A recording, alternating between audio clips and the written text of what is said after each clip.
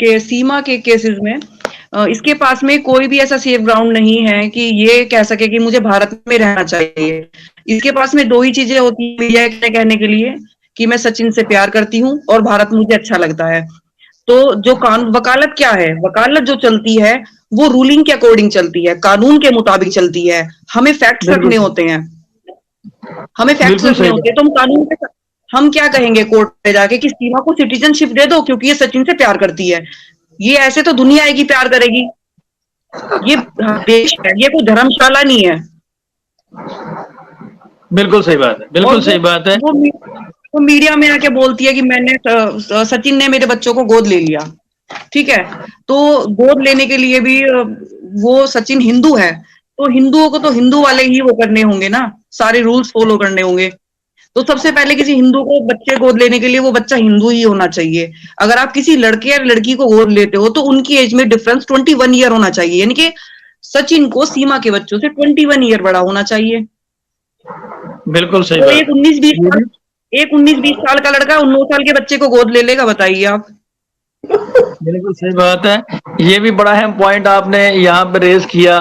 Sir सबके ऊपर ये लाइबिलिटी है, सचिन के ऊपर भी है, उन लोगों के ऊपर भी है जिन्होंने फेक आधार कार्ड्स प्रोवाइड कराए हैं। और शायद आपको पता हो इस बारे में कि 2 एसएसबी के ऑफिसर्स हैं जिन्होंने उस बस की चेकिंग की थी जिसमें सीमा बैठ कर आई थी, तो उन्हें भी सस्पेंड कर दिया गया है।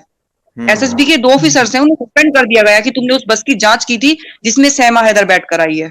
यहाँ पे सॉरी सर मर्चेंट सर, ये कानून है, ये हलवा नहीं है, इसे कुकर में कढ़ाई में चढ़ाया और बनाया एकदम खा गए। अभी अभी अभी उनके अगेंस्ट एफआईआर हुई, वो जेल भी गई हैं और फिर एटीएस जांच भी कर रही है। उसे काफी लंबे समय तक कस्टडी में रखा गया और कहाँ रखा गया किसी को नहीं पता था।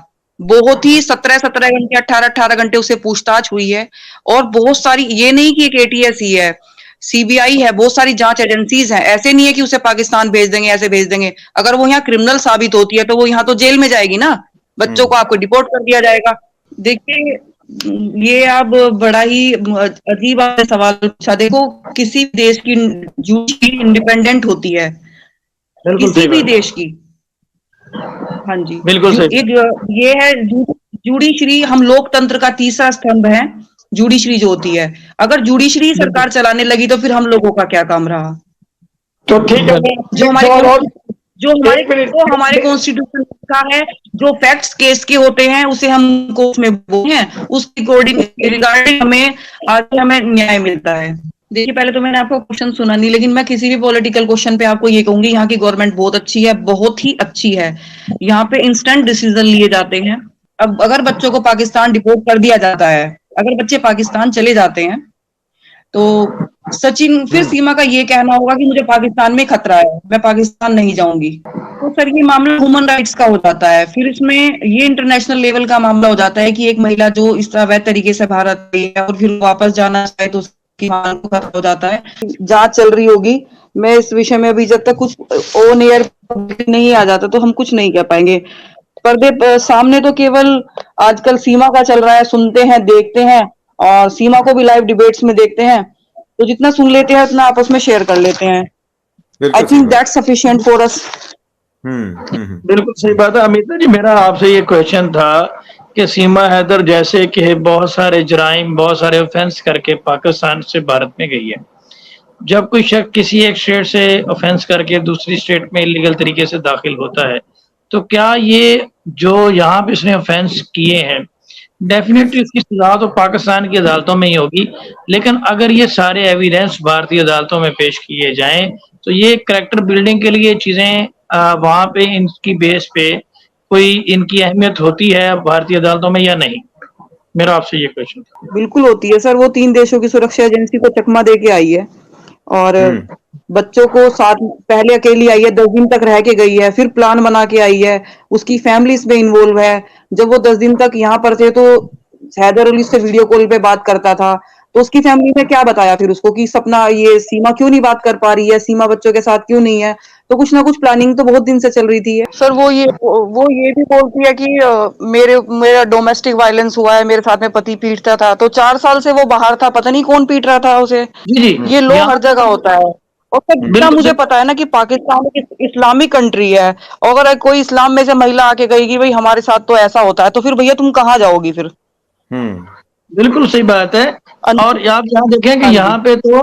यहाँ पे मेरा फिर ये लीगल क्वेश्चन बनता है कि अगर ये खातून कहती है कि मुझे पाकिस्तान में पीटा जाता था, डोमेस्टिक वायलेंस होता था, तो भाई उस हवाले से तुमने पाकिस्तान के किसी इदारे से रुजू किया, किसी ह्यूमन जो राइट्स की एनजीओ होती हैं, या कोई लीगल एक्शन लिया, कहीं कंप्लेंट फाइल की आपने, कि या अब आपको भारत में जाकर याद आया कि आपके साथ डोमेस्टिक वायलेंस होता का?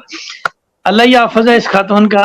तो मैं यहाँ पे मुझे अफ़सोस हुआ ये बात सुनकर, तो माज़रत मैंने ये बात यहाँ पे क्लियर की कि पाकिस्तान में तो ख़वातीन बड़ी पावरफुल हैं। सर मैं आपको एक बात बताना चाहूंगी, जिन महिला ने सचिन को कुछ शब्द बोले थे, हमारी इंडियन ही है वुमन वो, तो उन्होंने टीवी पर ऑन एयर आकर बोला, हमारी जो सिस्टर है मिथिलेश भाटी, उनसे बोला कि ये मुझसे माफी मांगेगी, इन्होंने मेरे पति को एक गलत शब्द बोले हैं। तो उन्होंने तो उसे बोल दिया कि एक पाकिस्तानी महिला है जिसे हमारे देश की नागरिकता तो नहीं है, और हम अपने देश के आदमी को कह रहे हैं, अपने बच्चे को कह रहे हैं, वो कैसे हमसे माफी मांग सकती है? तेरा पति कहाँ? तेरा पति तो गुलाम हैदर है, बिल्कुल ये सही तेरा बात। पति नहीं है भाई। हाँ बिल्कुल, और हम तुझसे कभी भी माफी नहीं मांगेंगे। जी सर, इसकी काफी सारी वीडियोस है, पाकिस्तान में भी डांस करती है। गुलाम हैदर भी बताते हैं कि मैं जो भी मेरी मंथली अर्निंग होती थी, पहले तो मैं रिक्शा चलाता था, मार्बल का काम करता था, उसके बाद मैं सऊदी अरब चला गया, तो जितनी भी इसकी मंथली इनकम होती थी वो इसे भेजता था। सर और किस तरह का फ्रीडम वुमेन्स को होता है कि वो जितना मर्जी उतना मर्जी पैसा खर्च कर सकती है, जहां मर्जी बच्चों को पढ़ा सकती है, और अच्छे ब्रांडेड वो फोन यूज कर रही है, तो इसके सिवा और कौन सा फ्रीडम होता है? शायद इंडिया में तो शायद नहीं होता। मैं आपसे पूछना चाहती हूँ कि वहां ऐसा कौन सा फ्रीडम है जिसकी इसे जरूरत थी?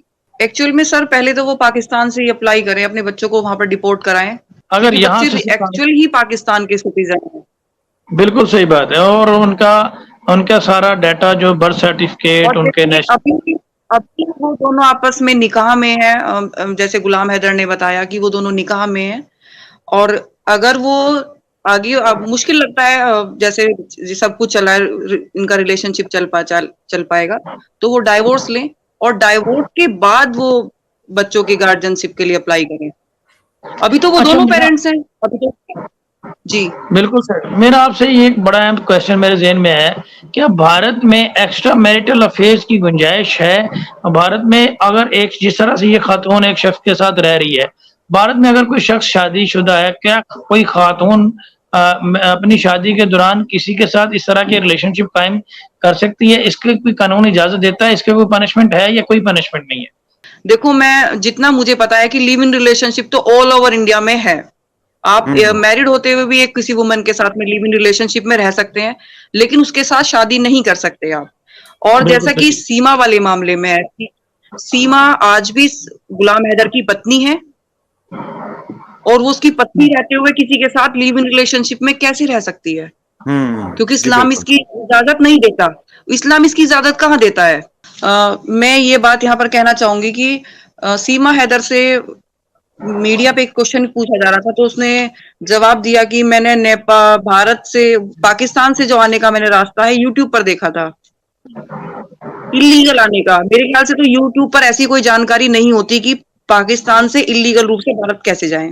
देखिए फर्स्टली, मैं सीमा हैदर और की उसने कहा कि कैसे तुम्हें कैसे इजी लगा, मेरी बात इजी लगा वहां से वहां जाना। तो उसने उसने ये कहा कि पाकिस्तान, नेपाल के और भारत के अच्छे संबंध हैं, तो इसलिए मुझे जाना वहां से इजी लगा। तो किसने इसे इस चीज के लिए प्रिपेयर किया? उसे वहां पर चेकिंग नहीं हुई ज्यादा, उसने बच्चों का भी वही ड्रेसअप किया, खुद का भी उसने वही ड्रेसअप किया, उसकी लैंग्वेज शुद्ध हिंदी वो आज के समय में बोल रही है। सर सबके ऊपर ये लाइबिलिटी है, सचिन के ऊपर भी है, उन लोगों के ऊपर भी है जिन्होंने फेक आधार कार्ड्स प्रोवाइड कराए हैं। और शायद आपको पता हो इस बारे में कि 2 एसएसबी के ऑफिसर्स हैं जिन्होंने उस बस की चेकिंग की थी जिसमें सीमा बैठकर आई थी, तो उन्हें भी सस्पेंड कर दिया गया है। एसएसबी के 2 ऑफिसर्स हैं, उन्हें सस्पेंड कर दिया गया कि तुमने उस बस की जांच की थी जिसमें सीमा हैदर बैठकर आई है। यहाँ पे सॉरी सर मर्चेंट सर, ये कानून है, ये हलवा नहीं है, इसे कुकर में कढ़ाई में चढ़ाया और बनाया एकदम खा गए। अभी अभी अभी उनके अगेंस्ट एफआईआर हुई, वो जेल भी गई हैं, और फिर एटीएस जांच भी कर रही है। उसे काफी लंबे समय तक कस्टडी में रखा गया, और कहाँ रखा गया किसी को नहीं पता था। बहुत ही 17-17 घंटे 18-18 घंटे उससे पूछताछ हुई है। और बहुत सारी, ये नहीं कि एक एटीएस ही है, सीबीआई है, बहुत सारी जांच एजेंसीज हैं। ऐसे नहीं है कि उसे पाकिस्तान भेज देंगे, ऐसे भेज देंगे। अगर वो यहाँ क्रिमिनल साबित होती है तो वो यहाँ तो जेल में जाएगी ना, बच्चों को आपको डिपोर्ट कर दिया जाएगा।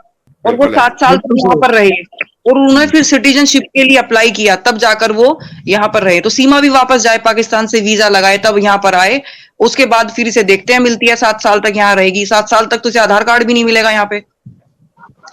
बिल्कुल सही बात है। लेकिन ये फिर सीमा हैदर तो वाकई में बिग बॉस है कि उसने अक्षय कुमार को भी पीछे छोड़ दिया और 15 दिन में 4 आधार कार्ड बना लिए। अक्षय कुमार को 7 साल लग गए। ये तो यहाँ पर बिग बॉस ये होता है कि आप या तो आपका जन्म भारत में हुआ हो और या आप लीगली रूप से भारत में आए हो। तो सरकारी कंडीशंस है, मैंने आपको पहले भी बताया, कॉन्स्टिट्यूशन के आर्टिकल 5 to 10 में ये सब चीजें मेंशंस हैं। ये सब चीजें कह देने से नहीं हो जाती। कि जैसे कि उसने कहा कि मैंने बच्चे को गोद ले लिया, सचिन ने बोला, तो अगर हिंदू मैरिज एक्ट को पढ़ के देखें तो जिसे तुम गोद लोगे वो बच्चा हिंदू होना चाहिए। वो बच्चे मुस्लिम है, वो बच्चे हैं। और फादर जिस बच्चे को गोद लेता है तो उस बेटी की एज में 21 ईयर एज का गैप होना चाहिए। अगर कोई 20 साल की 15 साल की लड़की को, 10 साल की लड़की को, तो उसे फादर वाली फीलिंग कहाँ से आएंगी। अगर आप एडॉप्शन में भी जाते हैं तो एडॉप्शन में भी अपने अपने हैं। और ये बात शादी की, तो शादी में भी हमारे यहाँ होता है कि आपको सप्तपदी, 7 फेरे जिन्हें बोलते हैं, वो कंपलसरी होती है। आप एक कमरे में फोटो खींचेंगे, गले में डालेंगे हाथ एक दूसरे के, लो भाई हम आज से पति पत्नी हो गए। ऐसे नहीं होता है सर। इसमें और ये भी कहना चाहूंगी कि देखो सर, ये तो कंप्लीटली एक मजाक है कि पति बाहर कमाने गया है और पत्नी अचानक गायब हो जाती है। कि तुम, फिर वो उससे जब कांटेक्ट करता है कि तुम कहाँ हो, कि मैं तो इंडिया में हूँ, मैंने किसी से शादी कर ली। अरे तुम तो मेरे निकाह में हो। और बच्चे कहाँ हैं? इनको बच्चे मैंने किसी को गोद दे दिए, 4 बच्चे। तो भैया मैं क्या यहाँ पर सऊदी अरब में कर रहा हूँ, तुम वहां चली गई हो, बच्चे तुमने गोद दे दिए हैं, तो मैं यहाँ पे 4 साल से क्या झक मार रहा था फिर।